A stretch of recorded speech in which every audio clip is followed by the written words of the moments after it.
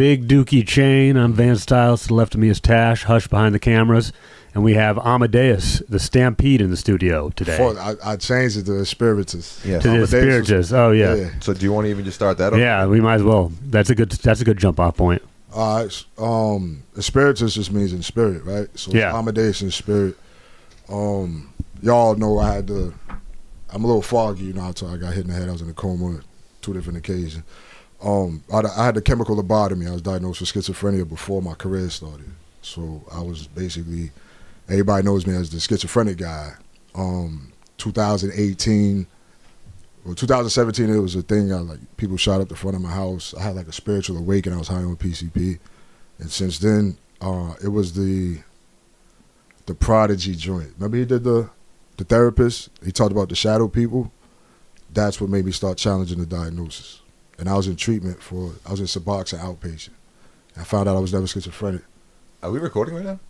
Yeah. Okay, all right. I wasn't sure. Yeah, I wasn't sure if you were. Okay, because you was going back into what we were talking about before.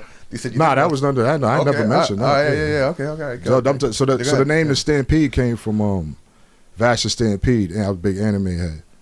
So Espiritus just came from me. I'm a grown up now. I still love anime, but I feel a responsibility to honest, self-expression. Let's go back in time.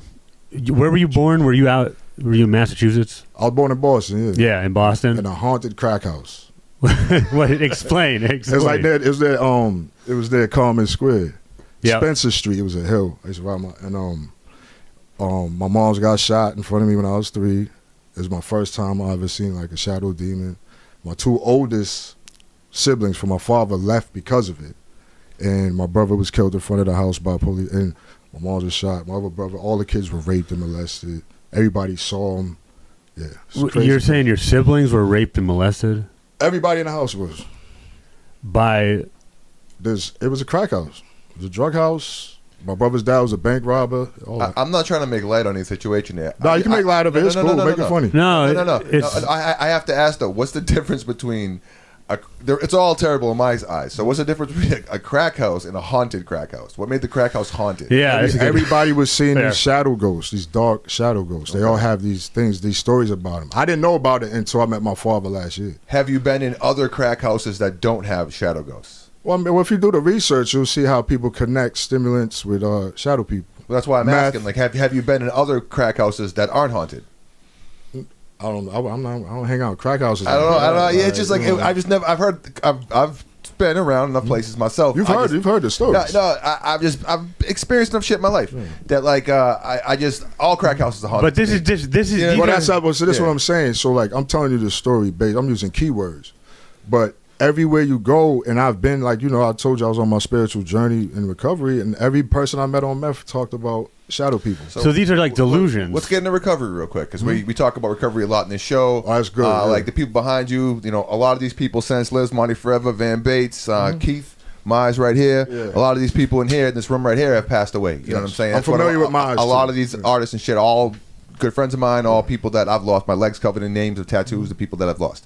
So with this, so spirituality and addiction and recovery is something that you're not the first person that be talking about in this show. It's brought up a lot because in hip hop, I guess we all deal with substances, X, Y, and Z, because we all come from shitty places. That's why we go towards hip hop. So what was your addiction? I did everything. Okay. So I started young, man. I was a drunk as a kid. Okay. Just robbing people. What time you started drinking this shit? Heavily? 14, 15. 14, 15? Okay. That was your first gateway into shit? Nah, I started smoking weed at 9. Well, if we're rewinding like this, can we get back? You were 3 years old in a crack house. I was born in it. Yeah. You were born there. Yeah. Okay, and you said you just met your dad last year, so yeah. Oh, I knew him as a kid. I stopped seeing him when I was about 9. Okay. You know what I mean? But yeah, I was terrified of him. He shot my mother in front of me. So. Oh, he was the one who shot your mother. Yeah. Did he ever do time for it? Nah, he's dead now, so I can talk about it. Okay. I wrote songs about it that I never released and everything. Okay. People tried to buy it off me. I'm like, I'm not doing that to my dad. I don't care. He turned 90, and on his 90th birthday, I got my certificate from the hospital. You know what I mean? I'm proud of that. And then I went to Georgia. I told you I was down there, the spiritual journey with all these different... Wait, but the certificate from the hospital is separate from your dad dying at 90. Right. These just we're jumping around a little bit. So here. I met my dad. He was dying from cancer. He had dementia. You made it all the way to 90 though. Yeah, he's That's a national impressive. treasure. He was barefoot in Mississippi. He's from St. Louis. He's a real old school St. Louis pimp, drive a Cadillac, put his hands on you. But he was also a computer scientist in cryptography since the 60s. And he had government clearance for crypto. So, like he shot your mom. What happened to your mom after she got shot? Was she all right? Like, well, that's the thing. So, Was she all right? I mean, like, did she recover or did so this is not. I'm living with my mom's now, staying with her now. Holidays and all that. Okay. So basically, what I'm trying to get into by saying changing my name, it's the evolution of the culture as a whole. Mm-hmm. I don't care if you're white, black. I don't care if you in another country. It's the evolution of the culture. We went from drug dealers to drug users, and now we're waking up to a new thing where, we're watching these black men get sacrificed. These really good artists, these influential So people. it's the de-evolution. No, it's the evolution because I think now with everything, like the way they can watch how you live, how I live, they're seeing what we've been seeing our whole life. It's no different. Boston was number 3 when I was growing up. Like you would walk over dead bodies coming outside. Number 3 for murder. Murder capitals, yeah. Mm-hmm. Per capita though, that, per 1,000 people. There wasn't even 100,000 black people in Boston at the time. So you got to think about it. They couldn't pick up the bodies fast enough. But this is in the 80s. You know what I'm saying? All right, but your mom got shot. She went to the hospital and came home and continued raising you. Mm-hmm. Was she addicted to crack? Is that why you were in a crack house? No, it was our family. It got bad after we left. But I'm from all her baby fathers did something illegal. So it was my god sister's house. My uncle was married. My uncle was a cop on the first floor. He had ended up leaving real quick. It was. But your siblings, you had 2 siblings, and they both left when your mom got shot. Well, my brother, my half siblings, my 2 oldest from my dad left. Okay. Then and after that, my dad left. But I mean, just to say, I'm trying to just say, we've all been through bad stuff. I know, but you've been through more than most. It doesn't matter. It's the worst you ever felt in your life. The worst you ever felt in your life. Yeah. I have felt that bad as well. It doesn't matter why. Right. Just remove that. It's not a contest. I always say importance is personal, value is relevant.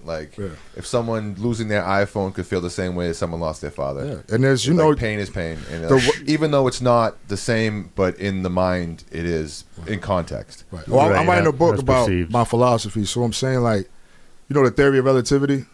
I've heard of it. All right. So if you see me on the train throwing a ball with my friend, Okay. right? That's our picture. So I'm getting the visual. I walk on the train. While throwing the ball. The tennis ball can be train every day to work. The tennis ball can be our perception of time, right? Well, the train can be our perception. The tennis ball is the trauma. We're both experiencing this tennis ball.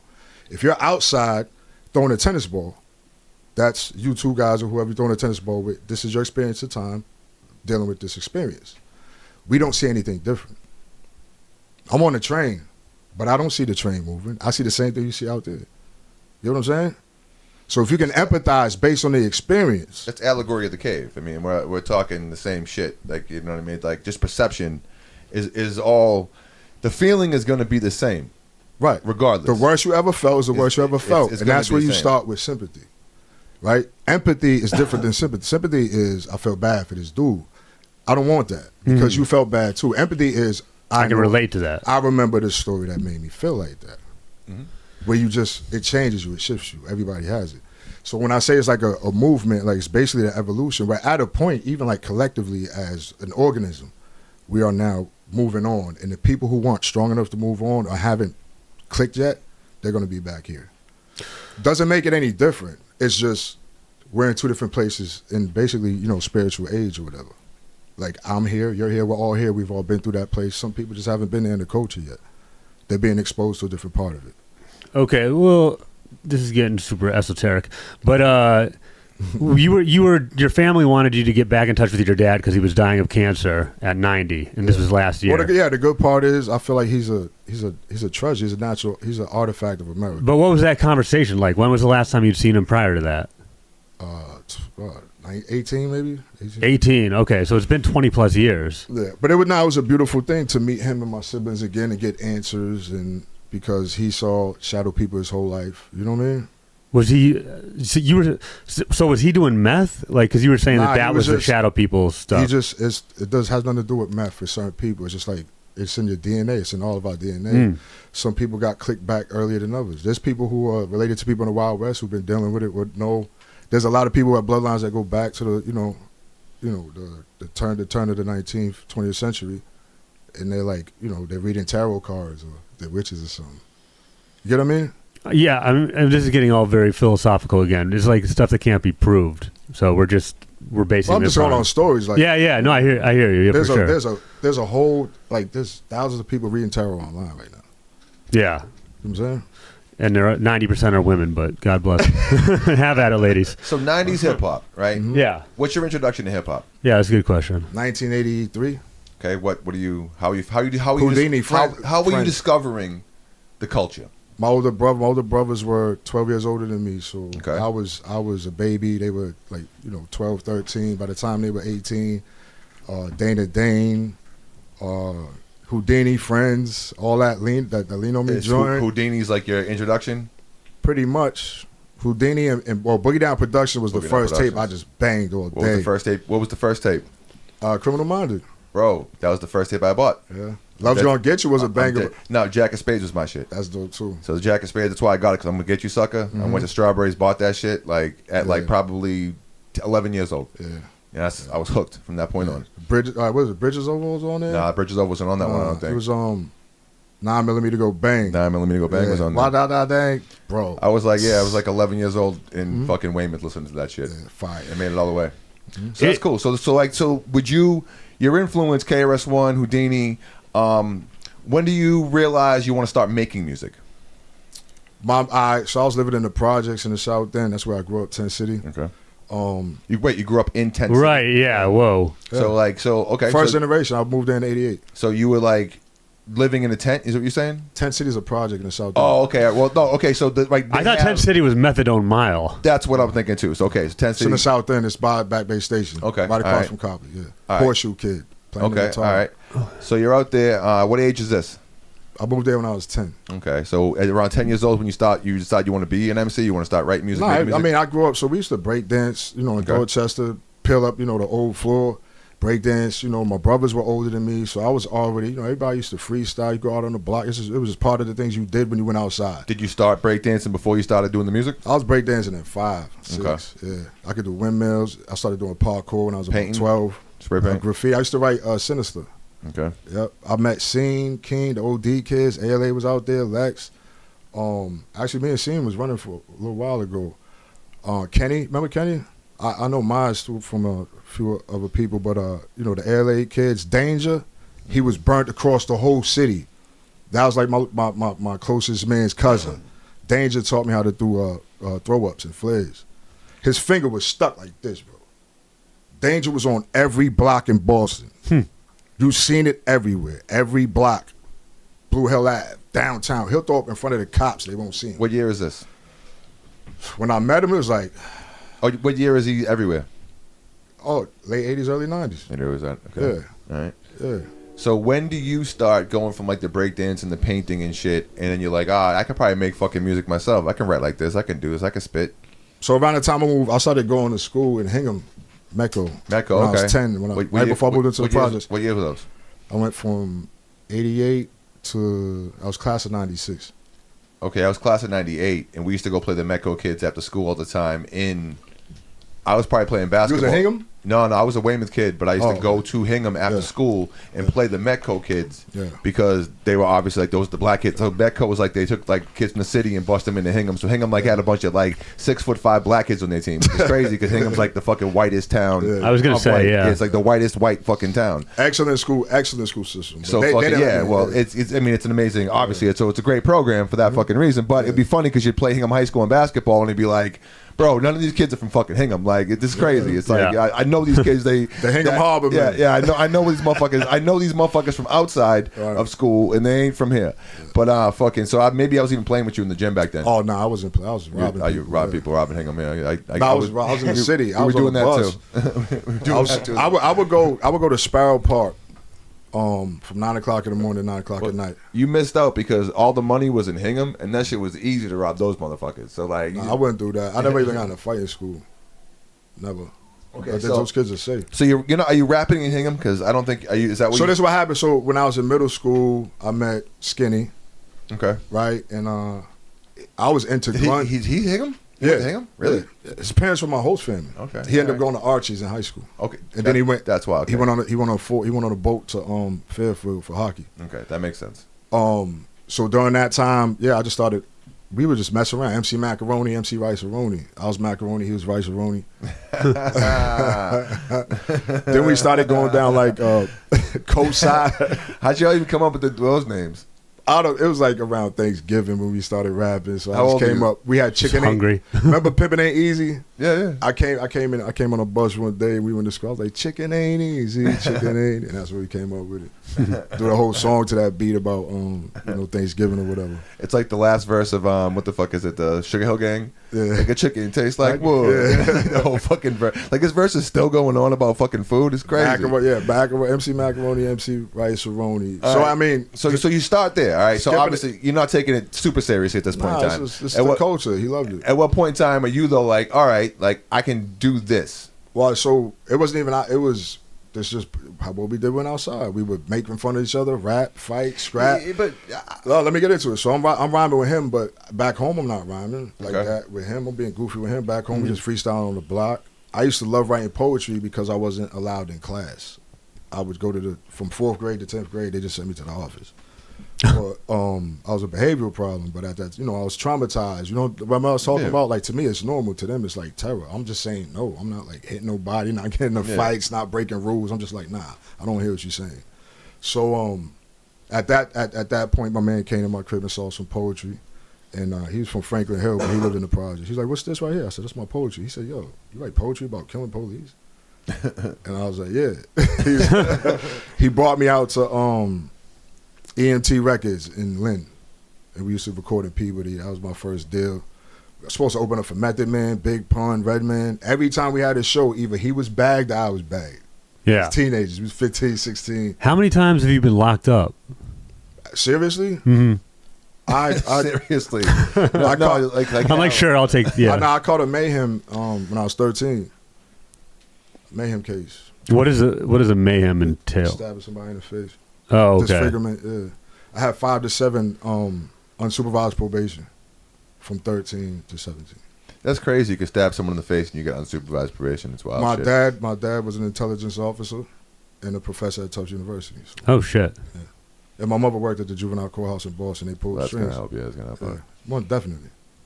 Yeah. My mother came from nothing. Like she came from on the streets. It's a crack house to being a when we lived in the projects, my mother was going to school. The man who helped her raise me was an intelligence officer, and he was also a professor. So I was going to college. I was taking his classes. I had a mentor who was in the actress, and I finished his class. By the time I was like 13, I was like everywhere. I had encyclopedias updated every 3 months. World news. This may sound like a stupid question, but just for people, I think this generation mentorship is something that's missing. Like, what do you mean these people are mentoring you? So a mentor is somebody who exposes you to culture, basically, and they check you on. Like it's not like the Big Brother program. She would bring me to go see shows at her school. It wasn't like a babysit. It was actually like a friend who was older, who knew more than you and lived outside, the terror that was going on Norfolk Street and then in the projects. I felt good. Yeah, I used to go to Broadway every year. But like a mentor is something that like takes you from like this step of it to like the grown step of it. Think about a big brother that's not journey. A big brother. You know what I'm saying? It's a bag of ants is what it is. And I think this generation of hip hop is almost missing that like fucking like older to new generation of like showing the way and like because every other genre of music like comes up with the older generation and learns the shit and features and all that shit, and this doesn't. So it's like that mentorship I think is important. That's why I'm bringing it up, because I think that shit is like missing through people. Whatever part of life it's in, mentorship's important because it's someone that's not like a teacher, but they know more about the shit you want to know about. Right, they guide you on your journey to the destination that they. Did you have a bunch of mentors too? I mean, we all have them. You know what I'm saying? No, I know, but it's like. But you came up in the. Adopted. A lot of my shit is like headstrong, like boom. But then you run into people that like are doing what you're doing, and you kind of align. You know what I'm saying? It's just who's the person who had the biggest? So a mentor is the opposite of a gatekeeper. Put it like that. But it's a gatekeeper. But it's a gatekeeper on like you. Yeah. But it's a gatekeeper on like you though. Like yo, you're not doing that shit right. Like an accountability partner. Accountability gatekeeper. But also with wisdom. So the gatekeepers will lock you out. Yeah, The mentors give you. Who's the person that's had the biggest impact on your life? Then you've had a lot of mentors, but as far as like who I look, who you are, today. Who I am, I would say James Vance Sr. Who's that? That's the man who helped raise me. Okay, so that's your stepdad. Yeah, he has a scholarship at Tufts University right now. After he died, they gave him a scholarship. He died at 43, bro. But he was there your whole life. Till I was about 15. Yeah. So what did he do when you slashed somebody's face? So it's funny. Other story's crazy, but all right, real quick, it was. They put me in the car and it was like, yeah, you going to jail? I was like, so? They was like, we calling your mother, bro. I was terrified. Oh, yeah. I was crying, bro. I was like, don't call my mother. I'll do the 5 years, B. Don't call my mother. I'll do the 5 years. Like, what are you talking about? And my moms came and got me. And she asked me what happened. He asked me what happened. They weren't mad. They were like, but you can't do that. Because it was in Avon and we was watching Encino Man at the theater. So, shit. Around there. I had a Malcolm X suit on, Malcolm X hat, and I was like, at the time, you're a kid. You ain't got no worldview like that. So I came out with the Malcolm X stuff on. I'm not even thinking about, hey, buddy, you know the time? And the dude was like, white dudes, older kids, like, nigga, what you doing here? I said, huh? And my man, Jeff Anderson, is white from Brockton. He a white dude. The black dudes ran. And me and Jeff ready to bang. I said, who you talking to? He said, I'm talking to you. I just backed out the loophole. That was it. Backed the loophole out. I said, I'm talking to you. That was it. You slashed him across the face. I ain't slashed him. It ain't that bad. You said you disfigured him. Yeah. Yeah, it's trumped up. He had a cut, but nah. But these are those things that like you do deal with, like being any minority at all in suburban areas, hip hop, shit like that, crossing cultures and shit like that. These are things that especially back then, yeah. Like, but this is where mentor comes in at. So I never got into a fight in school. I never been suspended from school. I've never failed a test. I did great in school. I was probably the smartest kid in my school. But you said you were in the principal's office the entire day. Because of my behavior. Yeah. If like, I'll give you an example. 4th grade, my first year there, Columbus Day. This is a true story. Put it on my soul. She was talking about Christopher Columbus, and I raised my hand. She said Christopher Columbus discovered America, and I just raised my hand, like dead serious, like curious. And she was like, yeah. I was like, what about the Native Americans? She's like, what do you mean? I was like, how you discover somebody's already here? Yeah. And she's throwing stuff and all that. Kicked me out. I had to really? Yeah. My mother had to come to the school. Like all that. Yeah. Like everything. But there's stuff that goes along with everything that's been challenged. Like everything that we learned in school in the 80s has now been challenged and changed now. It's the but like at the information time, that was not the status quo, and also being a minority doing that shit to someone that's in this time authority and blah blah blah blah blah. Especially in Hingham or that. It was the first. It was that program started out there. Mrs. Roundtree, she was a mentor to me also. Yeah, she was, rest in peace. She would drive me to her house, and we would all get out the little van and eat breakfast at her house. And her neighbor was Skinny's cousin. Okay. He's albino. He's in movies. His name's Dennis Hurley. Him and his brother were my best playmates growing up in the morning. Okay. Just so that comes back around to. This is before I met Skinny too. So when does the music start clicking for you? Like when are you? So while I was going out to, because you talk. Well, you're talking about you're getting arrested. You're not doing the show. He's getting arrested. You're not doing the show. At what point do you ever like put it together? Is it ever? We never did. What happened was, I went away for a while. That was it. Well, when you come, I'm talking about for you. Have you ever put it together? So yeah. So when I came back, I started running with this dude Leatherface from Wise Guys. It was me, him, and my partner in rhyme, and I was just kind of like asking questions, and he was kind of like putting me on to how it worked and what he didn't like about it. But then he started breaking the craft down to me. And this is crazy because, when I was 15, I was doing 32 bar verses on ADAT. Okay. So if I messed up, I got to start all over again. Yep. And so he had everything popping. So I already had the spit game. I already had the vocabulary. And then I started learning the craft from older dudes. My man Punch was out there with Eminem. He got signed to Aftermath. He was living in the house with Eminem. Like what? Word to Punch? Punch Spike with Poison was his name. He had an album on Street Poets back in the early 90s. That was my homeboy basically.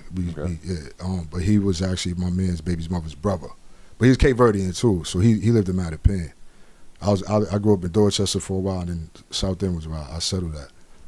But so learning about the craft when I got out at 19, about a year running the streets, learning about rap. Like everything I did was for knowledge. I wasn't running the streets for no other reason but to get knowledge. And I was just a wild dude. I'll take everything off you. You pull a gun on me, I'm gonna take it. Like I was just like that because I wanted to be outside.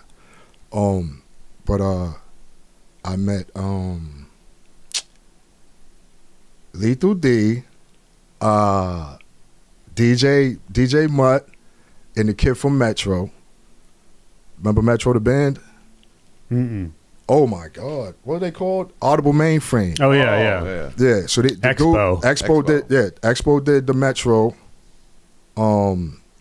And Lethal D was the bass player for Audible Mainframe. He was my producer on my first album. Okay, I was gonna say, what was your when did you finally put it together to make your first project?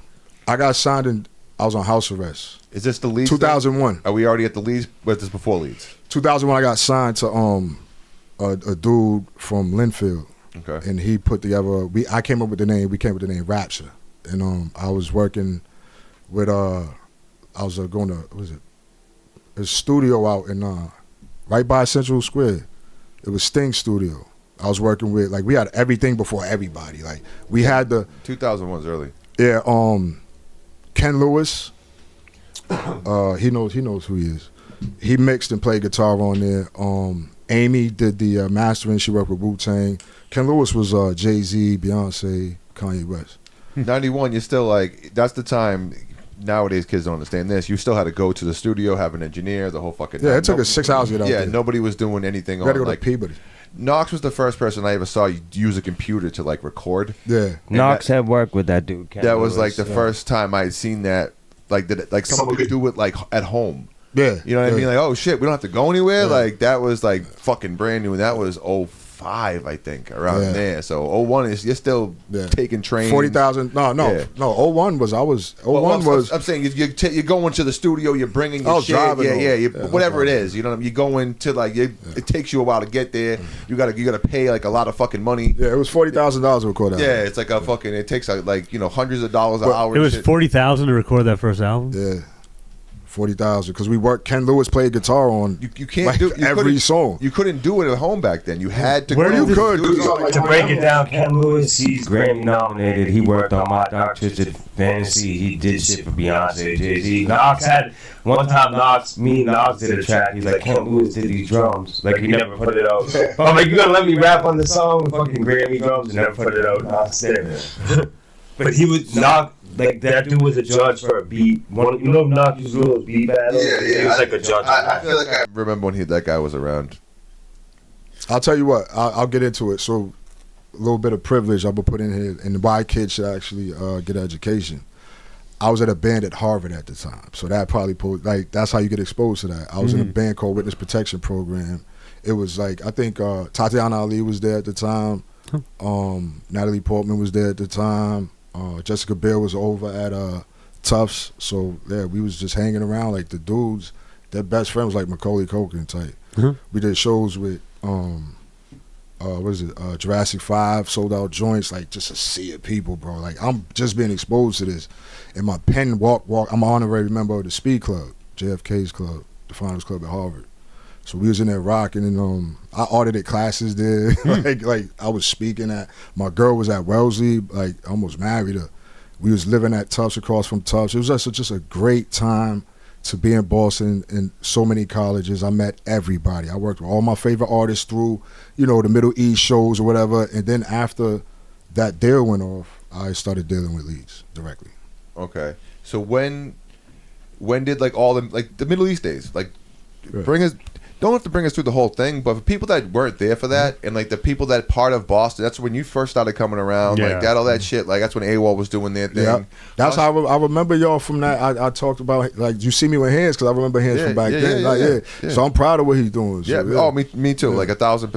1,000%. The first time I met Millie, he's never been in a professional studio. He was at Cyber Sounds. I came up the hallway, dapped him up, welcome to the scene or whatever, and it was I appreciate that. So walk us through that time of Boston. It was crazy because if you weren't from the city, you wouldn't know. But hip hop was illegal. You couldn't do Yeah. hip hop. You couldn't even play hip hop. You couldn't do hip hop nights. You couldn't get in the club. Any club that had hip hop shows, you're gonna get arrested. They're shutting you down. And this is following a little history. Back in like the mid '90s, they cleaned the city up. So all the OGs went away for a long time. They was getting football numbers just off the rip because they was building cases in all the projects. One summer they just swept all the projects, and then there's a big thing in the paper where there's like, oh, the whole nation is looking at Boston and what they did. Like, you know what I'm saying? But people didn't understand how small the city is. You know what I'm saying? There's not 1 million people housed in Boston. Yeah. No. You got to know Never that. close. 650,000 people, 140,000 black people. So that's why I don't like it. The legislation, everything's curved. They have privilege is privilege, but if you're not educated, you don't know how to get to it, and you don't want to. Black people, white people, that's not hip hop. That's not how it works. We all get together and have a good time. I disagree with that because the hip hop that I came from and I remember is all that. Like the hip hop in the 90s. You mean and 80s. racist? No. Like knowledge and wisdom. No, and that's what I'm learning. saying. Yeah. Like I'm talking that, about the racism, like how the legislation worked. When they made hip hop illegal. Yeah. And then they placed like Leeds had learned his from the dudes that was doing it before him. When he started coming around, it was like, I think Virtuoso, Knights of the Round, the kid, who did I Phantom? Oh, Mr. Lift. Mr. Lift, like all that, like kind of like Acrobatic. lyrical, acrobatic. Acrobatic is one of the most solid dudes I met in the game, let me tell you. Yeah, he's great. I love him. And then like so all that was going on. One day I just stepped on stage and freestyle. Boom, right there. It was a rap after that. I took off. But how did hip hop become legal in the city? Like, what was the transition there? So around the time where the transition came from after they cleaned up the city, Benzino, salute for this. He got all the best rappers from all the Warren projects. All the projects was at war. That was the Made Men shit. It was Wise Guys. Wise Guys, yeah. So I told you I was chilling with like Leatherface and shit. And I think I saw Man Terror not too long ago. But like I don't know him like that, but that one dude, like they was to us, that was our joint. Like RSO, Benzino, Wise Guys, those are our superstars. Yeah, it was dope to have him in there. It was dope. Yeah. So how did he had that much pull that he was able to bring everyone But together? everybody respected who wouldn't want to eat at that time. Right. Come on, like who wouldn't want to eat RSO at that time? They already been around the world. He got the Source magazine coming up. Yeah. Which he got at Harvard. You know what I'm saying? So that's what it was. It was like, but me going to Hingham and doing all that, I got a different education. My education was being out here with guys like you who really had a passion for the music and the craft and the culture. And then guys back there, a lot of guys from the hood who they didn't live the culture. They wasn't b-boying and writing. Right. They were right there. That's what we did when outside. But that's what I'm talking about. Like people think, oh, because he's black, he's the culture. No, you're not you're not at all an authority just because you live in the city or you black. They still don't. It's almost like less now than it was then. Yeah. Like, and that's not a diss. It's just facts. It's not a diss. It's because a lot of those guys who weren't from the culture actually opened mad doorways for people like DMX and people like, you know what I'm saying? Like even Floor Lords were in the Source magazine. You got people breakdancing in the magazine. The 5 Mics, Big Zoo discovered Eminem and DMX. And you're just saying because like a Benzino, he's a street dude, so he's not really on the hip hop. Had the balls to go out there. Yeah, Benzino's straight hip hop culture though. Like, Benzino from Castlegate, but that's why I like. So I rap for Benzino multiple times. Wait, what is Castlegate? It's over there by the Burke High School, whatever, Boston. Castlegate was like an ill gate, like it was one of those neighborhoods. So Scat G's was what actually came out of that. So it names all the projects. I'm not even gonna try to remember all of them, but Castlegate was one. My man was from Franklin Hill, and I'm speaking this not from a hip hop perspective. Yep. I traveled the whole city rapping. My mans would bring me out, and they'd be like, "This is the Nas of Boston," and I would just cipher with dudes on every block. Oh yeah. Other than yourself, what are the top 5 hip hop albums out of Boston, in your opinion? Out of Boston, what? Recipe Scientific. Yeah. They're putting that vinyl's coming out now. Yeah, I like out of Boston recently, or just all time. All time. That's hard, man, because it's so much history. I got to put RSO in. But then from what I've seen, man, I don't even. But just like albums, actual albums. Actual albums. I really don't listen to nobody from Boston like that. Back in the day, you did, right? No. Wise Guys is a classic album. Yeah. I bang that all day. it was crazy. It was like a horror. It's like a horror flick. But that's when you're saying like classic albums. Like I would say, RSO, Made Men, and the Wise Guys joint, but then also Scientific's album and anything that has to do with Gangstar. You know what I'm saying? Yeah. The original Gangstar members. And then, my man Punch was, he did the joint with Street Poets. That was a dope album. Not a lot of people know about it, but it's dope. Like his pen is crazy. His spit game is crazy. Yeah, I don't know the Street Poets. Yeah, it was way a while ago. That's just Boston. Orange Man, who's still bagged, like he was supposed to be like I like Slick Rick. Yeah, Benzino was talking about him. Yeah, when he Orange was Man. here. I still have 4 Orange Man tapes. They ain't even open. Yeah, that's nice. Yeah, Gage got them for me. Yeah, there we go. There's the connection. Dig it. Yeah, it's funny There you because go. we had Reto in here not too long ago, and you and him remind me of each other because you're both like super smart, but you both were like deep in the street alternative. I'm smarter than Reto. He's a parrot. I challenge him any day. Right. Yeah, but it's like you don't see that. It's you guys are enigmas. You don't see that with most people. He's from the Cape though. He lived in the Cape when he was a kid. Right? He came in here and kind of like I remember used to see him like this dude's bugged out, bro. He had like Wild Wu-Tang style, like well, what's crazy too is like we were talking about I forget the fuck I was talking to about it, but it was like we were talking about how now there's like a whole bunch of old white hip hop dudes that are like real like hip hop dudes, like they're like guys like that are real hip hop fucking dudes, but they're old white guys now with like beards, like gray beards and shit. Like you run into them every now and then, they wear polo and shit. You see them with the Nikes on, you're like, I see you. You know what I mean? You know what I mean? But there's a whole generation of like us out there that like grew up that are hip-hop, old. It's weird, but are like fucking super hip hop. Like, no, I know it's like, weird to watch. Right, I got Reto's one of those guys, but Reto's one of those guys too. Like Reto's hip hop like through and through, like to the bone. You know what I mean? Like Grateful Dead. Those are the deadheads of hip hop. The old white dude, right? Boston, like they're the deadheads of hip hop. Like, you still go to every. Dude, I was at the Lynn Auditorium when they had Big Daddy Kane, Slick Rick. He's not from Boston. No, I'm not. I'm just saying the scene though. Like, this guy's a different. When it goes to shows, this guy's a different. I told him like, let me know. He never hit me back. He's too busy going. He's at, like, oh me. I told you just look at my Instagram. I put everyone up there. Just be where he's at because he's moving fast. Like he's trying. I'll be wanting to go. He does 2 or 3 in the night sometimes. Well, a lot of these I'm paying to go to. I'm not like. Unless I don't care, I'm there. Yeah. Okay. I said you can come whenever. I'm down. Yeah. Now it's it's a funny. You were thing. asking me to let you know every time there's a hip hop show. I'm like, just look at my Instagram. Right. But, come on, I'm not gonna. like, you see this beard, bro? Like I ain't looking at your Instagram, get no information. I got your phone number, B. Like I got white in my beard too, and I don't even have a life outside Instagram.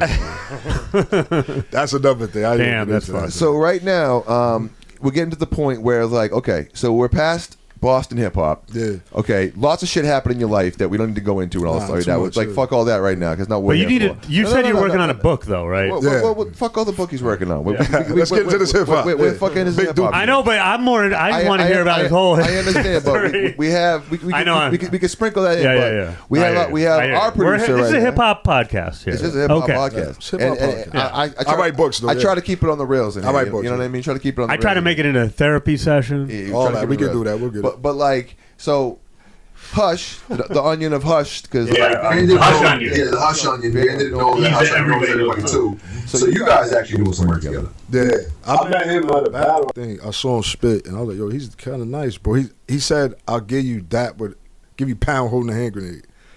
I was like, "That's kind of that's dope." Yeah, so I told Hush hides it. He buries it all in the auto tune. You know what? He was a teenager. I'm always Hush.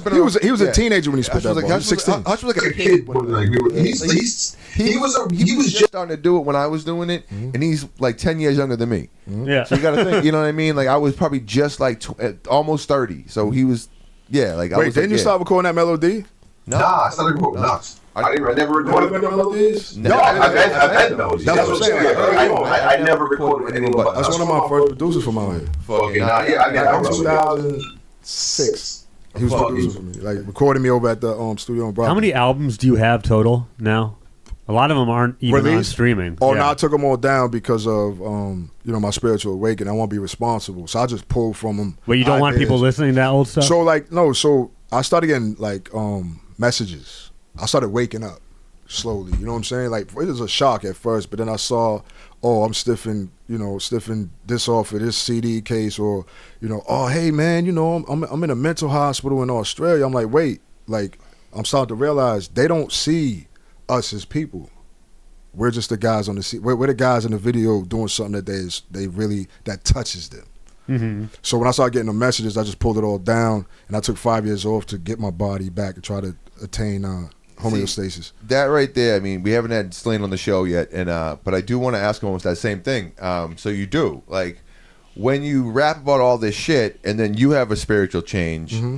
and then you start to realize, wait a minute, maybe a whole bunch of other fucking people are following me, and they might not even have the tools or the knowledge or the know-how to even do the spiritual change part of it. Yeah. And maybe you let a bunch of people on the wrong fucking path. So it's like... Well, it's not even that. It's like basically like, yeah, it's giving them reinforcement. Mm-hmm. It's the soundtrack to their life. Whatever it may be. You know what I'm Yeah. saying? Whatever it may be. I'm not saying like you're responsible or Slane's responsible for someone doing drugs. No. But the It doesn't soundtrack, it doesn't help to be like, yo, Yeah, I'm if doing you- drugs and having fun and blah, blah, blah. And If it's you have a like- soundtrack to anything, Yeah, you're it's gonna dope. keep doing it. Yeah. It's dope. But like, and you're a smart guy, you know, and Slane's a smart guy. That like, you were able to figure that part of it out and be like, ah, fuck. Well, So not figure it out, seen it. seen it. But however In it my is. face. Like, I talk to people on the phone in mental hospitals across the world. And I'm talking to them, and they're looking at me. The look on their face, I'm like, because you know when you have a lobotomy, I don't know if y'all familiar with what that is. It's basically Yeah, when you said you had a lobotomy, what do you mean? so 90, but like I think fucking spike in your nose. yeah. and So you know the hammer. Right. so chemical lobotomy, it eats your testosterone, and it shuts down I think more than half of your brain function. Are you just talking about anybody taking like a Prozac or SSRI? Yeah. Well, Is it chemical lobotomy, or did you have something? There's something more called than that? there's something called a cocktail. So they have chemical lobotomy Yeah. cocktails. And I Okay. was on one of those. Some of the stuff, What's in that cocktail? there's antipsychotics. There's bipolar, schizophrenia. So like lithium and stuff like that. Yeah, well, there's a bunch of them. I don't want to get into all the names. I don't even want to talk about it too yeah. much. Like, because, you know, like, I'll put it like this for men right now and what we're going through with the gender wars and masculinity. Yeah, yeah. Let me tell you something. Oh boy, don't You're get not- us started on this. Listen, fuck mental health. Clean your room, get up and do some push-ups because Jordan Peterson just entered the room, folks. No, that's what I'm saying because I have a hard time with it too. If you don't feel like you want to kill yourself, then you haven't reached that challenge. But every man reaches that challenge that he tries so hard in life, either with a girl, with a job, with his craft, with his kids, fixing a damn TV. Something clicks. Now, OBS. I'm gonna kill myself. That's not mental health issue. That's a spiritual issue. Get your life in order. I'm not talking about Jordan Peterson. He's kind of, but I listen to him a lot. But what I I'm just said saying that because is- he had the book and they joke like Once clean you your room stop- was his number one advice. That's what nice. Like that's I watch him. I know what he's saying. Okay. Clean your room, whatever. But at the end of the day, it's like what we was talking about with this. We tend to be in these contests of, and this is in my book, A Philosophy, where, and I put the train metaphor in there, but it's like it's not about nobody's gonna feel sorry for you, brother. But a lot of guys, we don't talk about it with each other because your man's gonna rank on you and break you down. We had you don't wanna be, Daniel Loren in here having that whole discussion. one of my favorite conscious rappers. I'll just I say. think a lot of that has changed. I respect his pen, I respect his voice, and I respect his movement. Nice. I think, I mean, in Me I guess too. general, maybe it ain't, but like it does feel like, at least in my circle, like people are. When you go through enough, you become mature enough to be able to talk about it. And not even that, like you have to talk about it because now you become the teacher of the person that has not gone through it yet. You know what I'm saying? So it's like you get put, if you're talking about spirituality and past and all this other stuff, if you're going to get the responsibility of going through it, you better have the responsibility and be able to talk about it. Well, yeah, so they say, all right, so we live in an age of information and communication. But before it wasn't like that. Think about your dad, your uncles, even then. So we're in this space where, like, I remember, because my brother's so much older than me, like, all my brothers had bodies, bro. It wasn't a big thing to us for somebody to kill somebody and go with it. It was just part of it. So when I was getting bagged, it was like, oh, yeah, this is what we do. It was totally separate from school. It was my home life. You know what I mean? My home life was just that. Like, we don't know any different. And you're able to compartmentalize when you're taking that 2-hour bus ride to school every day. Mm-hmm. Yeah, no, I get it. And then, like, even in life, even if you rap and go to work, the people at work don't know the show. Yeah. Van, they don't know the rapping Tash. You know what I'm saying? They don't know if he goes to do one of those shows he does and he's filming. They're not talking to Rap Hush. They're talking to they're talking to cameraman Hush, video editor Hush. This is just who we are. Yeah. So that's why it's hard to be authentic. And I think being able to talk about your problems is part of authenticity, which is part of your spiritual journey, which a lot of people, I'm glad, are getting to do today. But back in the day, when you had that awakening and you were authentic, you would say what you say, but yeah, you're gonna have to be able to shoot about it too. You can be I know a lot of authentic dudes from the hood, but it was a big thing to like keep. That's what being real was. It wasn't what somebody else told you. It was like, nah, be yourself. So there's dudes who would just be themselves, and then I said what I said, and then there'll be a reaction. Just yeah, boom, all right, yeah, keep it moving. Are these the type of things you're talking about on the new album, as opposed to? Yeah, so it's called Afro Drill, which is basically because they say in drill you can't, if you don't do it or haven't did it, don't talk about it. Mm-hmm. So I don't lie.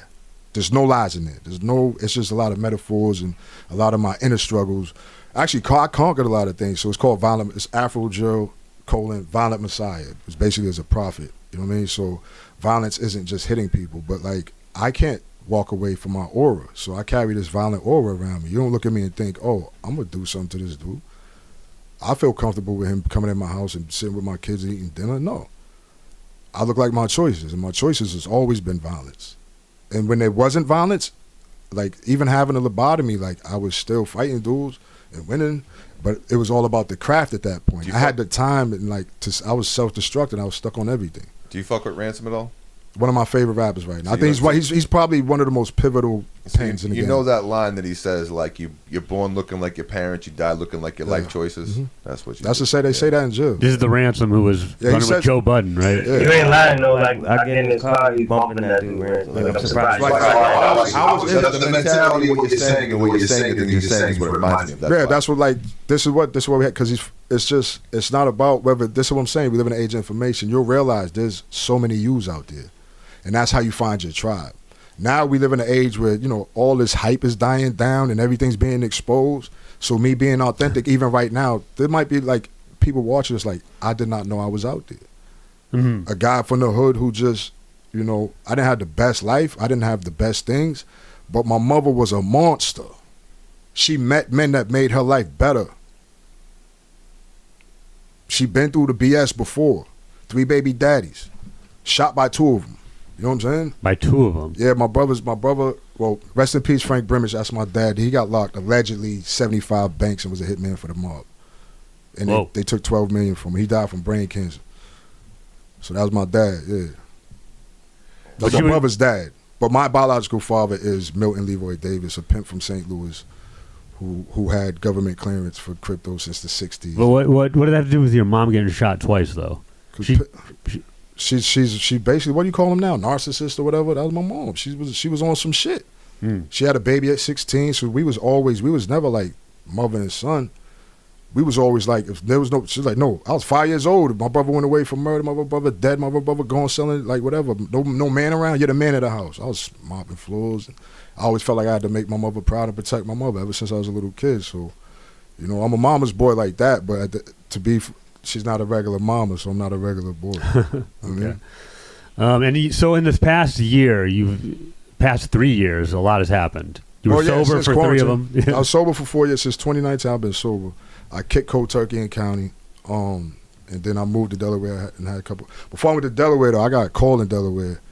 In Pennsylvania, I was living on a farm in Amish country, healing up from the head injury. What was that? Explain the head injury. Since my 3 oldest friends from the hood, hit me in the head. I died. I died in my man's crib and came back, but I went to the hospital. I got 5 staples in my head the Friday before quarantine. So I took them out myself. I'm not going to the emergency room to take out staples. Jeez. I called my ex-girl, took them out myself. Well, you said these are 3 of your ex-friends? One of them, I changed their diapers. He lived with me when his mother didn't have a place to go. So why did this happen? It's just they do the devil's work. That's it. Okay. When you feed dudes, when you feed people in any way, at some point, you don't say no more. Now you're just a refrigerator. Mm-hmm. So you started saying no. So once you say no, not even saying no, I had brain damage for 3 years. I was healing. I had brain damage, a permanent. From what they did to you, though? No, I had brain damage from the medication. Oh, from the chemical lobotomy. Yeah. Okay. I came off the medication. The withdrawal symptoms left me with brain damage, nerve damage. I went to the farm, yoga, martial arts, spirituality, meditation. You know what I'm saying? So what martial arts are you practicing? I started with Shaolin, like body change. I do Qigong. I'm getting certified in that. And I did warfare combat systems for a year. I do a little bit of yoga, and you know, I fought MMA. Like, I was training. My first fight was last December, but there was an attempt on my life in Arizona. I had to come back. Why was there an attempt on your life in Arizona? I think because I got a big mouth. I was gonna kill that boy, but it wasn't even about me fighting him. I was around the wrong people. Was this? I was around people I trusted who were the stampede, like guys from back. You know, when you're a kid, you're like, oh, he's my man. He wants to sponsor me. He'll be all right. I didn't know it was gonna play out the way it did. But now, like let's get to like where you're at now, Yeah. because right now I'm in a beautiful place. you're in a better place. Yeah. And you're surrounding yourself with better people. I know I see you out there with Hands Down all the fucking time. I see you with Hush all the fucking time. Hush is our producer for Big Dookie Chain. If anyone doesn't know that, he's probably in the box right there. There he is. Boom. Fucking. So you guys met? You were saying? Well, so I met him when he was a teenager, but I had him on my podcast back in, what was it, 2010? That was, I was just talking about gravity. I was like, this motherfucker, if he kept his podcast, then he'd probably be rich by now. Well, yeah, Because you had that shit. The people on the station were pedos, bro. I don't even know. Well, it was in that building in Quincy Center. There used to be like other studios there. Bro, I think Joe. Pedos, bro. Yeah, so I don't know the owners. You guys met there. All right. No, we met at battles. Met Like, up guys, and I called him to be on the podcast. Okay. I respected his game. All right, word. And then fucking. So how did you guys connect now to start working? I did a Quiz the Coyote album with him, and he taught me about the swag, like the sauce or whatever. You guys ever did an album together? Yeah. he moved like somewhere near like Collabos, like barbershop area. So then when he moved there, I had already obviously known him from the weed shit. So then we kind of just linked up from that because I was like, oh, I got a studio, blah, blah, blah, you know what I mean? And then he taught me about the whole trap, sauce and all that. Had me singing and all that. Actually, I have to give Hush some credit right now because, like, I always give Hush shit. Don't do it. We have different tastes in, like, hip hop stuff from different generations. I get it. Whatever. Like, I'm not gonna get all that. He chose Drake or Kendrick. I give him shit for a lot of the stuff. But then he goes and flips, does that fucking plain shit with the fucking head, and you spit bars again. The actual bars. I'm like, oh, this is I want to take partial responsibility for that. we be sword fighting with them pins in there, bro. We going at it. Like, we'll sit down, record a song. He'll do it. He'll just freestyle a double. Well, I mean, like, so we do a triple entendre off the dome. Like, I think we got into eight octuple entendre or whatever. But he likes to fucking like it's fine because like I'm not gonna say it or anything, but he likes to do like different kinds of rap music, different kinds of hip hop that like I'm definitely not fucking into. But like the dad, I'm like, oh shit, like you still know how to fucking do it. I'm like, yeah. I'm like, oh I met him as Rage. I was Hush before Rage, though. I'm just saying, like, I met you as Rage 617, and then when we linked back up, I was Quiz the Coyote and he was Hush. So that's kind of another thing that kind of parallel between us, connected some dots. You know what I'm saying? Yeah. So you guys have been working on stuff how long now? We did a project. We did a project back then, which was like 4 or 5 years ago, and he said he went to like Pennsylvania, like after he got hit in the head and shit. He fucking went to Pennsylvania, did some time, blah, blah. So then, how long you been back? A year? Nah, I've been back for like 8 months, 7-8 months. Yeah, so I was back and forth. So I went to the spiritual journey with these, gang members from all over the country on a farm in Georgia, and we did the whole spiritual step and all that. I learned a lot about. What is it called? What's that? I'm not going to shout it out, because they're not sponsoring me. But then I went to another one in South Carolina, and after that I came up. I wasn't home for a while. Shorty got mad, so we separated right now. But I got 2 daughters, Daphne and Dahlia. My album drops 12/14 on Daphne Willow Guy's birthday. Is this the album you guys are working on? Yeah, it's done. She's born in the old Fuchsia. How many songs? House. 14. 14 features. He's on Gospel of Tyler Durden. That's it. Did he do the He's whole on thing? backup vocals, huh? Did he produce the whole thing? Yeah. Engineer. Yeah. Well, it's more he produces too. Producing is helping the song get structured and sound right. So he produces it. So executive producer. But to keep it a buck, I came here with a bunch of demos I reworked for the album because I had wrote like 50 songs with no swears in them. And Why? just that spiritual part of your life where you think, where you're going through the whole, whatever it is. When I first woke up, it's like, Christian, anything you study in life, you're trying to figure out what's the right thing to do. Then you start listening to yourself, and it's like, bro, I'm Ubermensch now. You know, I'm a walking X-Men. Like, yeah, I do what I want. Nobody's dog are gonna hold me back. Method Man doesn't swear in raps anymore either. That's cool, but I do. Yeah. And I didn't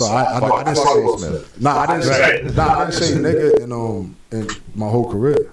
I stopped saying nigga when I was a teenager. I was dealing with the 5%ers for a long time, and then I got hit in the head. It just kept coming out. I'm trying to get a hold of it now. I don't really say it too much, but I do use it on records because Hush hit me to how, like, you know, just other parts of the world people want to hear it, so they know what it is. Like they really do like it. In every part of the world. Yeah, like everybody thought I was white on my first album. In Boston, I was looking at people like, yo, Amadeus, like, wait, I thought you was white because I didn't say the word, and I use big words, and I use big music. That's a Larry word in rap. That's what they thought. You know what I'm saying? What number you just got if he was House of Broken Mirrors? That was like official releases. That was my second studio album. Okay, because that was during the UGG days. Yeah, I think I had like 10. That's a great album. I had 10 studio releases. Okay, but when you talk about energy and like the aura and like, you know, what you're giving off and all that, and you say, but everybody gives off. I'm talking about you right now. You're the guy in the chair.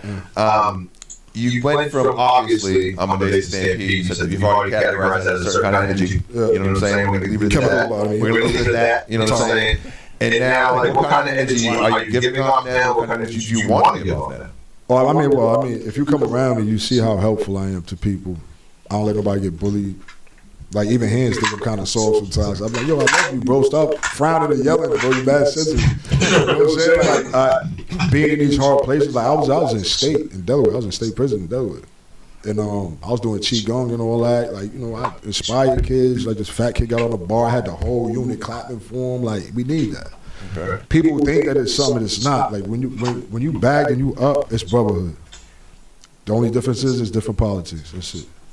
Can you tell me, like, I know it's a long story, it's like a very generalized answer, but what was the biggest turning point in your journey where you went from the Stampede to the light where you are now? Well, Amadeus Espiritus came from, I think it was after the MMA thing in Arizona, going through that spiritual journey from New Jersey, Georgia, South Carolina, dealing with drill kids and young gang members from all over the country. I was like, I'm the spirit of Amadeus. But you were in all those places because it was like you were doing these retreat things. Yeah, it was spiritual recovery where, like, you realize that your addiction is actually a spiritual malady. Well, I'm trying to, like, I ended up in a hospital in New Jersey. I was having seizures. So they took, when they did what they did, I had 10 seizures in 7 days or something like that. What I'm trying to get to is, like, I know it's like not an easy answer, but like if somebody else wanted to start the journey, or like what is the step that was like, oh, this is like I gotta get your head split. You get what I'm saying? Like were you like, oh, I gotta fucking, like, the tipping point was like this, where like once you really realize that your beliefs are what keep you where you at. There's nobody's fault. It's nobody's fault that you do drugs. But the catalyst for that was you getting your head split open. Nah, the catalyst was finding out I was a schizophrenic because I can, like, right now, I can go home and summon the spirit and talk to it. Is that something you do often? Often, yes. What is a spirit exactly? Well, I mean, that would be a different thing, but basically, like, you have what they call demons and angels, but people don't understand that in the spirit world, there's no good or evil, so light doesn't mean good and dark doesn't mean bad. There's a kind of inner discernment you have to learn to live with and use, and when people say, like, so I was researching the Chosen Ones, which is an incredible phenomenon, a bunch of kids who kind of, like, deal with that. I don't identify as somebody who is chosen by some, you know, guy with a beard in the sky, but I will protect them kids, and I will help those kids understand that, you know, family curses or whatever, like your bloodline, somebody in your family at some time did some fucked up shit to survive because you're alive, and your DNA been here since the beginning of mankind. So somebody did something with some bad shit to get where you are, and that's where you start to realize about, you know, like if you read James Allen, you know, is that his name? Yeah. As a Man Thinketh and things like that, and you start to realize, like, spiritually, you're responsible. As a man, you're responsible. Mentally, you're responsible. Then you start to get into esoteric stuff. But just to keep it a buck, like you want to make money, go to school, get a job, you have to learn to control your emotions. And your emotions are spiritual energy. And when you're dealing with negativity, these dark spirits feed on them. They're not evil. That's like saying your cat is evil for eating mice. You're a mouse if you're negative, bro. You're food. So, like, nowadays, everyone has face tattoos. Yeah. All right. You obviously have some face tattoos. As I'm looking at your face tattoos, I'm noticing something about them, though, that are different from most rappers' face tattoos. They don't really just seem... Most rappers seem like they just got a lot of shit in their face. Yeah. As I'm looking at everything, I'm like, okay, there's a lot of different languages on there. There's a lot of shit going on in, like, a respectful way. What do the tattoos on your face mean? Because by looking survived at them, like my whole... So when I was a teenager in the mid-90s, I had my neck and my hands done. I got locked up for a robbery. It was a strong arm robbery in a combat zone in 1995. And I was facing 12 years, and I didn't do it. So when I came home from a different thing I did, another mayhem type joint, I did a bullet. My mom was like, you gotta get a tattoo because I don't want to go through what I went through again. It like she lost her job, we lost every man in our family, everything. So yeah, I was the only one left. okay, now I'm seeing you have like what is like you have Beautiful Boogeyman? Yeah, like what? Actually, there's a story. I'm writing a story. Well, I generated a story about it. That says Beautiful Boogeyman right Yeah. there. Is that in English? Oh, it is. Okay, I can read. Spider-Man. Okay, yeah. I feel like he's doing little sub. He's digging at me, but I'm Me? cool with it. Yeah. No, I'm not thinking at you at all. No, That's not cool. at all. No, I'm really not. I'm interested. I'm actually interested. No, because I'm a comedian, though, so if you ever want to get at it, we can go at it. I'm not. I do stand No, he's not. I'm not. No, I'm interested because There's bright lights, too, on the bus. no. Hear me out. Because what I'm trying to like parenthesize here is that kids nowadays have tattoos all over their face that don't mean shit. Like I'm Right, looking it at doesn't. you, I'm looking at your face. I'm like, oh, these mean stuff. Yeah. So I'm So the trying. Beautiful Boogeyman is Yeah. So basically- I'm not. No. I want to. I'll Like, I'm explain not it. fucking with you right I'll now. explain I'm it. really I'll asking explain you. it. Yeah. I'm writing a podcast script about it. It's basically like, you know, when you see the Boogeyman, and this is especially for my daughters too, because I write songs for them and lullabies and so you gotta. My daughter sees him. She sees Jinn. Okay. Like I did. You know what I'm saying? So we're now at a place where your kids are gonna be saying and doing things that are gonna feel like they crazy. My son sees them and everything. I got 3 kids I know that are all. You're talking about the spirits. They all lifted the veil, yeah. The evil. They're not evil spirits. Well, They're spirits in general. Okay, all right. Yeah, so they see light people too. They see. But is darkness a in spirit them. like somebody's soul and Nah, it's there's so tied to a specific person? I just There's so don't- much going on with like aliens and all that right now. I'll just say this: like there were beings who lived here before we were here, Okay. and you can look at any scripture you want. I studied them all: Torah, Kabbalah. Do you believe Islam. do you believe that this is going to sound like I'm digging? And I got demonology, parapsychology diplomas. And was I'm a it- licensed paranormal investigator. What the fuck is his name?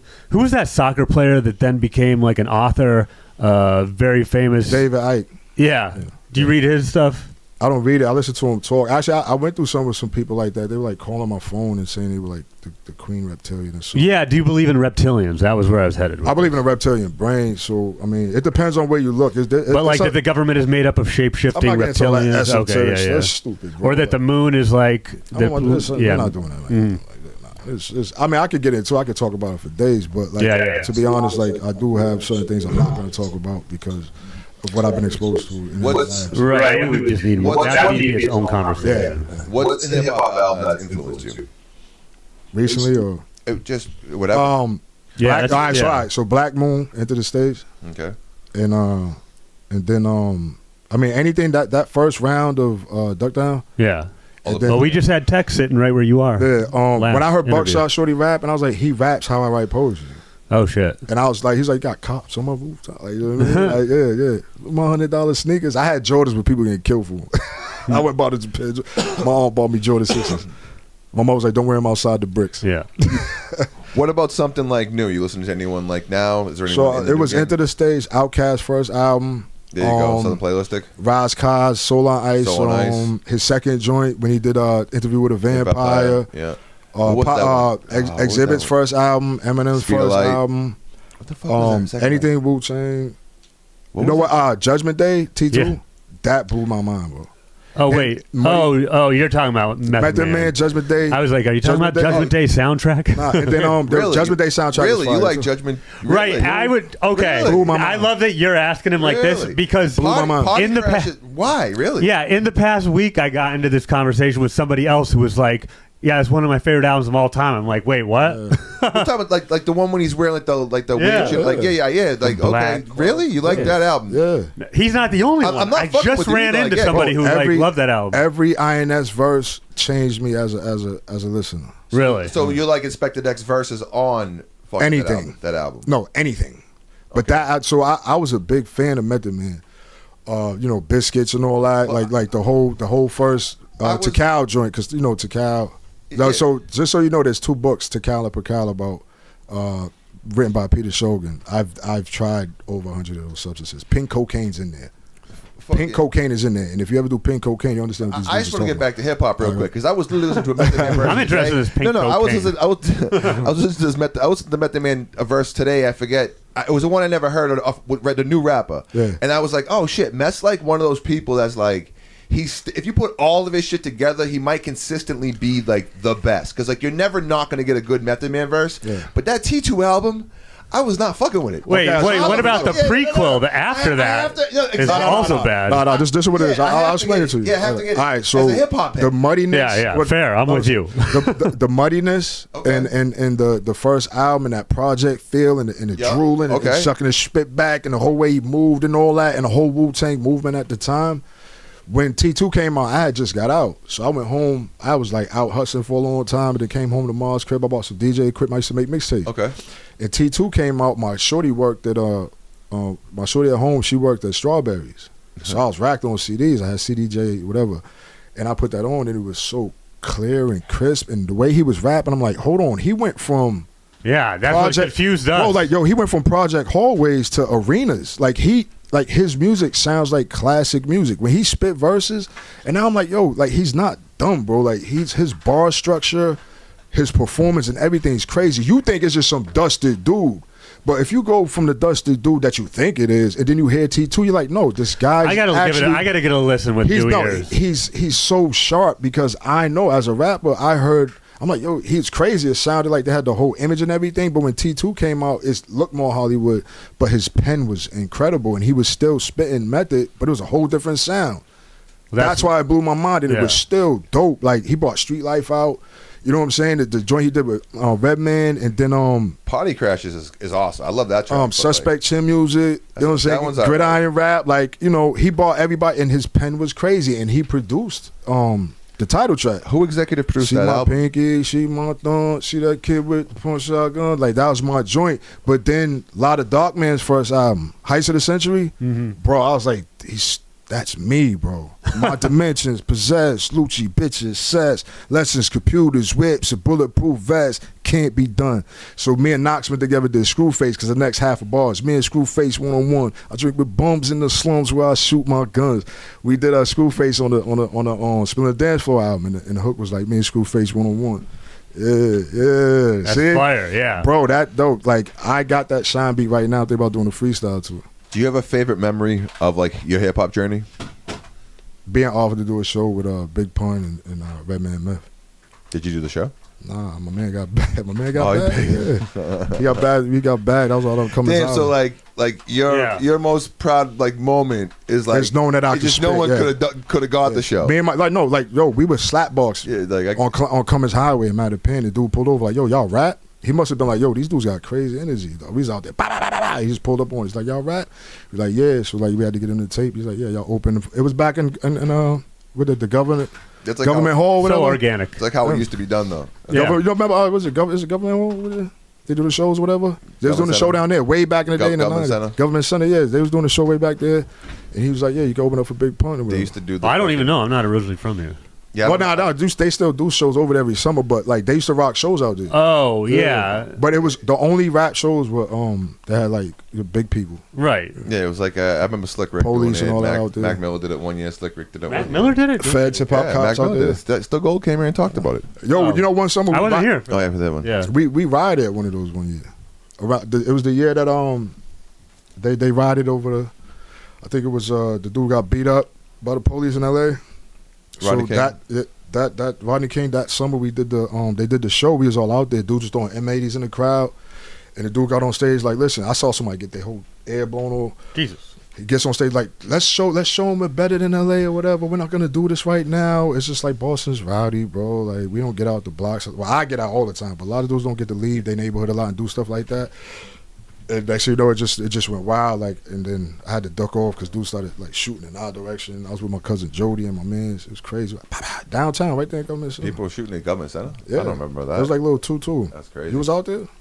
I don't remember that. Rodney King? Not for Rodney King, no. Oh, yeah, that's what I'm saying. That was out 90. there. There's people who were there you 92, can ask about. Yeah, there's a couple shots. I was like went 12 over. years old. That was It was like a 25 or 22. Like, it was a bunch. And they was throwing M80s and all that. It was crazy. But that, like, yeah, Big Pun is better than Biggie. That's mine. You can't talk me out of that. Big Pun, I mean, that Big Pun album also, like, it struck me in a place where, like, Capital. it's hard now. Yeah, it's a tough one. It's hard now to say, because which is- everyone's now copied both of them so much. nah, they got the same amount of albums. So no. I'm saying like this when Pun was doing what Pun was doing, no one was doing that yet. Right. And when Big was doing what Big was doing, no one was doing that Right. yet. It's so hard to So it's like compare. now No, everyone. I'm saying, like, just dexterity and pen game. Well, that's what I'm talking about too. Big's like, it's like as a writer's Dream the way shattering. Big plays with words, he plays with them like Pun's like lyrical shit is definitely more this than Big's is. No But question even the about it. information in it, like the way it feels. Biggie's feels cool, but like Pun's feel like you out there with him, like out on the block. You know what I'm saying? Like from Dream Shot, yeah, you ain't a killer, like all that. You know what I'm saying? Like all that. Like what does it say? The harsh realities of life and take a toll. Maybe G Christ forsake my soul. Please tell me the price to pay to make it whole. Yeah, you know what I'm saying? Pun's crazy. Make it dope, but not enough to blow. J.O.'s, he lost my flow, but ayo, I don't trust the soul. No one ever need to. These evil streets that meet you halfway and eat you alive, trying to survive illegal. Like we was out there like that. Yeah. And even as me, it's Fuck like it, don't even worry about it. not like a gangbang or nothing like that, but like I was out there. I know that. I know them chances you take. I know that feel of being on the block with somebody like that. Yeah. Even though they couldn't spit like that, there's always that guy. I'm just gonna turn them. There's always that guy. I'm not trying to be. We got Hush trying to like fix the camera with the battery, trying to pull it out. Yeah. The reason he's trying to do that is because we've gone over, and he's trying to do the parting shot with you. Right. But I do want to talk about the Big Pun versus Biggie. The thing that's even better about that is that like back then we had all that. Yeah. It was like there was so many different styles that were like so different and so ill that you could like. Oh, it was almost like a video game. You could match up different styles to fight and shit. Yeah. Now it's like all like almost like I'm telling you, like this is going on, I think. But can you talk? I don't know. You don't hear me? Yeah, we can. I hear you. Yeah, okay. All right, so it's like like I said, Ransom's one of the most pivotal pens in the game right now.